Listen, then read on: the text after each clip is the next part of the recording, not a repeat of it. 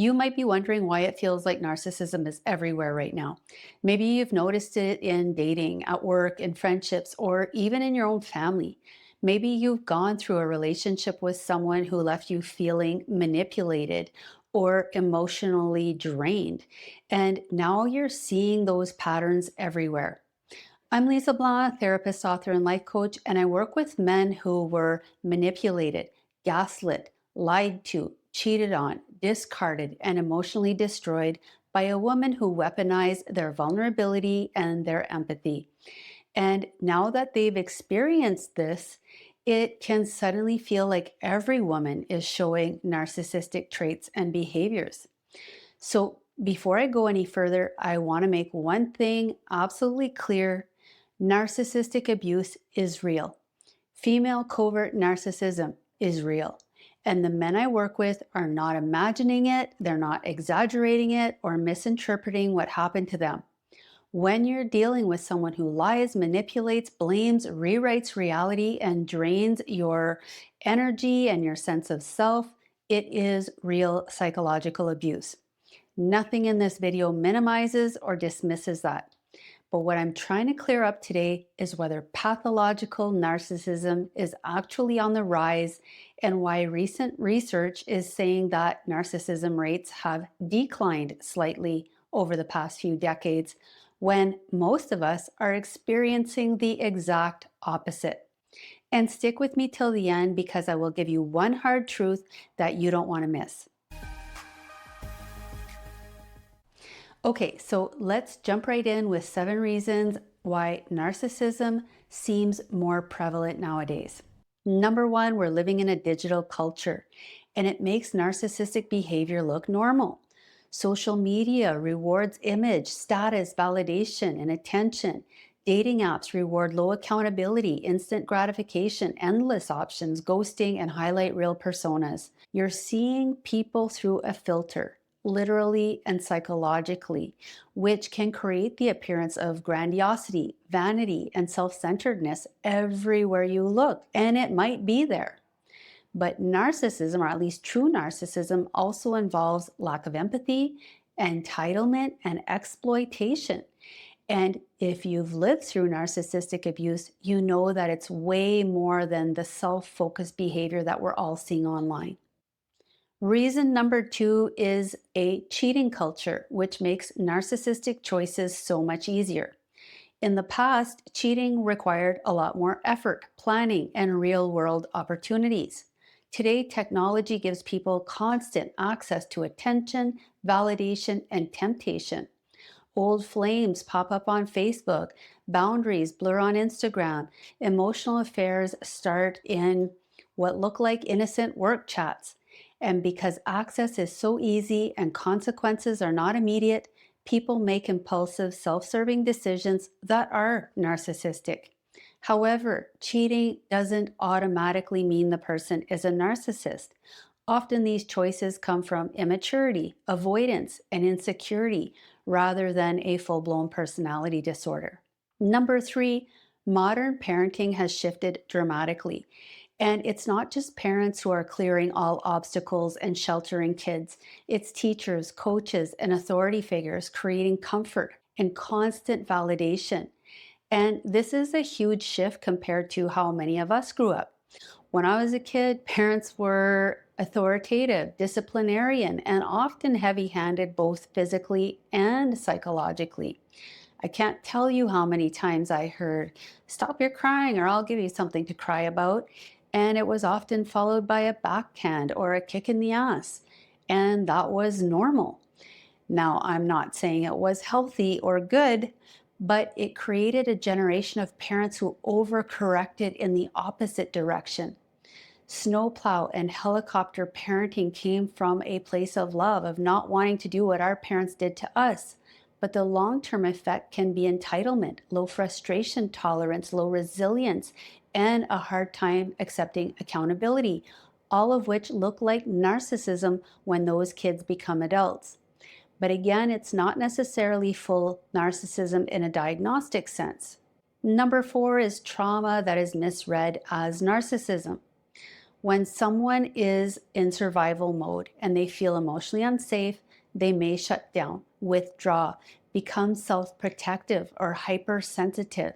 They may overcompensate, appear detached, go into these push-pull patterns, and that can look a lot like covert narcissism. But the motivation is completely different.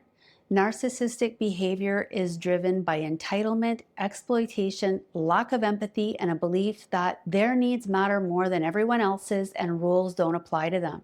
Number 5 is that the word narcissist is being used so broadly that it's completely losing its meaning. So nowadays, anyone who's rude, selfish, dismissive, or emotionally distant, even a few times, are labeled a narcissist. The label's everywhere. And because it's being used so casually, it creates the illusion that narcissism is exploding, when in reality, it might be that what's actually exploding is the language we're using and the fact that we're becoming more and more educated about narcissistic personality structures and the spectrum of narcissistic traits and behaviors. Number 6 is that survivors are speaking up. For decades, victims of narcissistic abuse suffered in silence, especially men. They didn't have the language to describe what they were going through, and they were often dismissed or even blamed. Today, men are telling their stories, and for the first time in history, there's awareness of female narcissism. So this can naturally make it feel like the issue is everywhere. Number 7, AI is distorting what normal women look like.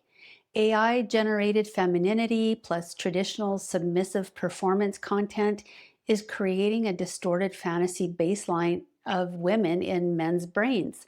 So you're seeing hyper polished, filtered fantasy level versions of femininity everywhere. Flawless faces, perfect softness, endless validation. Then you've got influencers performing the high value traditional woman role, submissive, soothing, and focused on meeting all of the man's needs. But it's a performance. It's curated, scripted, and algorithm approved.